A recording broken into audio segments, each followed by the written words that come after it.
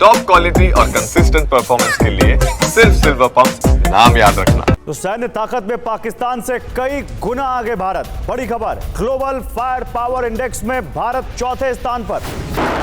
कई गुना ज्यादा ताकतवर है भारत पाकिस्तान से सैन्य शक्ति में।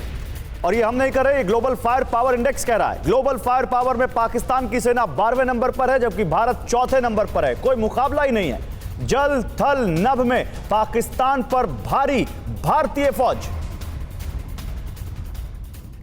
तो पहलगाम में हुए आतंकी हमले ने कई सवाल खड़े कर दिए हैं। सवाल पाकिस्तान की नीयत पर है, सवाल आतंकवाद पर है, और सवाल जम्मू कश्मीर के विकास के बावजूद आतंकवाद की राह अपना रहे युवाओं पर भी है। हालांकि सरकार हर मुमकिन कदम उठा रही है ताकि पाकिस्तान दुनिया से अलग थलग पड़ा रहे, पाकिस्तान के आतंकवाद पर दुनिया की नजर पड़े और कश्मीर से आतंकवाद का सफाया हो। हालांकि अब तक सरकार का रुख नर्म था, लेकिन अब नहीं। अब फैसला हो चुका है कि भारत के दुश्मनों का अंत बेहद भयावह होगा। भारत ने 14 ऐसे नामों का खुलासा किया है जो अब हिट लिस्ट में है, और ये सभी आतंकवादी ताल्लुक रखते हैं लश्कर-ए-तैयबा, जैश-ए-मोहम्मद और हिजबुल मुजाहिदीन से। हिट लिस्ट में जो आतंकवादी हैं उनमें 8 लश्कर-ए-तैयबा से जुड़े हैं, जबकि 3 जैश-ए-मोहम्मद और 3 हिजबुल मुजाहिदीन के दहशतगर्द के। इनमें पहला टारगेट है आदिल रहमान डेंटो, जो सोपोर का रहने वाला है और लश्कर-ए-तैयबा का कमांडर है, जबकि आसिफ अहमद शेख अवंतीपोरा का निवासी है, जो जैश का कमांडर है। वहीं पुलवामा का रहने वाला लश्कर का आतंकी एहसान अहमद शेख भी टारगेट पर है।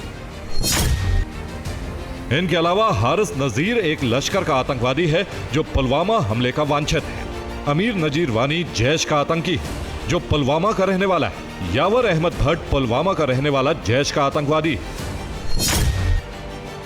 आसिफ अहमद खांडे हिजबुल्लाह का आतंकवादी है जो शोपियां का रहने वाला है। नासिर अहमद वानी भी लश्कर का आतंकवादी है जो शोपियां का रहने वाला है। शाहिद अहमद कुटे भी शोपियां का रहने वाला लश्कर का आतंकी है, जो इस समय टीआरएफ की कमान संभाल रहा है। इस लिस्ट में टीआरएफ का संक्रिय आतंकवादी आमिर अहमद डार भी शामिल है, जो लश्कर से जुड़ा है।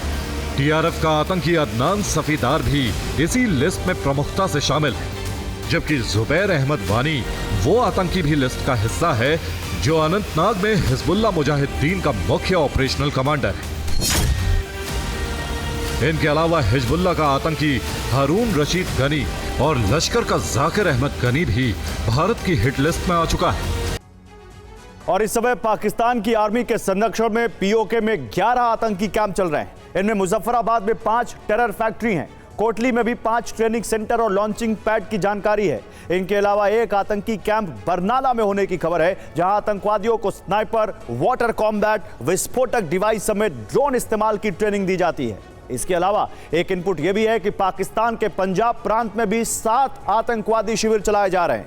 इनमें एक लाहौर के पास है, जिसकी सटीक लोकेशन की जानकारी नहीं है। तो वही 6 आतंकी कैंप और लॉन्चिंग पैड पंजार के आसपास होने की जानकारी है। यहां भी बड़े स्तर पर ट्रेनिंग प्रोग्राम चलते हैं। और इस फहरिस्त में आदिल गुरी, शब्बीर अहमद और जुबैर अहमद गनी भी शामिल हैं, क्योंकि इनपुट है कि पहलगाम आतंकी हमले में हमास भी शामिल हो सकता है।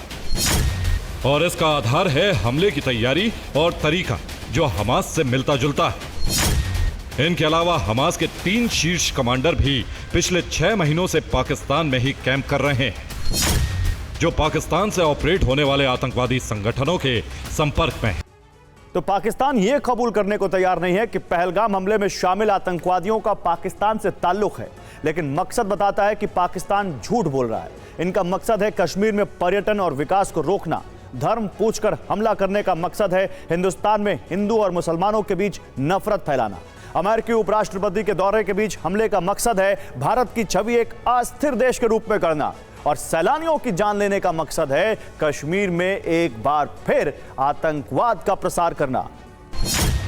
इसीलिए पाकिस्तान ने रावलपिंडी के एयरबेस पर J-10C vigorous, F-16 falcon, JF-17 thunder तैनात किए हैं, और सैन्य आवाजाही के लिए कराची के फैजल एयरबेस पर C-130 हरक्यूलिस को रेडी रखा है। इसके अलावा यहां F-16 फाल्कन भी तैनात है, जिसमें सियालकोट में 15वीं डिवीजन तैनात कर दी गई है, तो खारियान में 37वीं डिवीजन की तैनाती की गई है। और एलओसी पर आतंकवादियों के बीच 45,000 फौजी तैनात किए गए हैं। जबकि भारत की तरफ से स्ट्राइक की आशंका के कारण जीपीएस जैमर भी लगा दिए गए।